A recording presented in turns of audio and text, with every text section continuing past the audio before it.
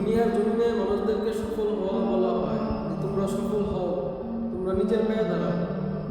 দুনিয়ার জমিনে মানুষ মনে করে যে সফলতা মানে অনেক টাকা পয়সা কামানো, আর ডুপ্লেক্স একটা বাড়ি দেওয়া, সুন্দর একটা বিবি থাকা, এটাই দুনিয়ার মানুষ সফলতা মনে করে। কিন্তু আল্লাহ সুবহানাহু ওয়া তাআলা এই সমস্ত জিনিসকে সফলতা বলে নাই। আল্লাহ সুবহানাহু ওয়া তাআলা সফলতা বলছে যে কোরআনের মধ্যে, ফামান যুহজিহা ওয়া আনিন নার ওয়া উদখিলাল জান্নাহ ফাকাদ ফাজ। আল্লাহ তাআলা বলছে যে কিয়ামতের দিন আল্লাহ তাআলা যে বান্দাকে জাহান্নাম থেকে বাঁচায়া জান্নাতে প্রবেশ করবে ওই ব্যক্তি সফল, আর কেউ সফল না। হচ্ছে যত বড় রাষ্ট্রনেতা, ধর্মনেতা, যত বড় টাকা পয়সার মালিক হোক না কেন, সে সফল না যে পর্যন্ত প্রত্যেকটা মানুষ জান্নাতে প্রবেশ না করতে পারবে, আর যে জান্নাতে না বাঁচতে পারবে।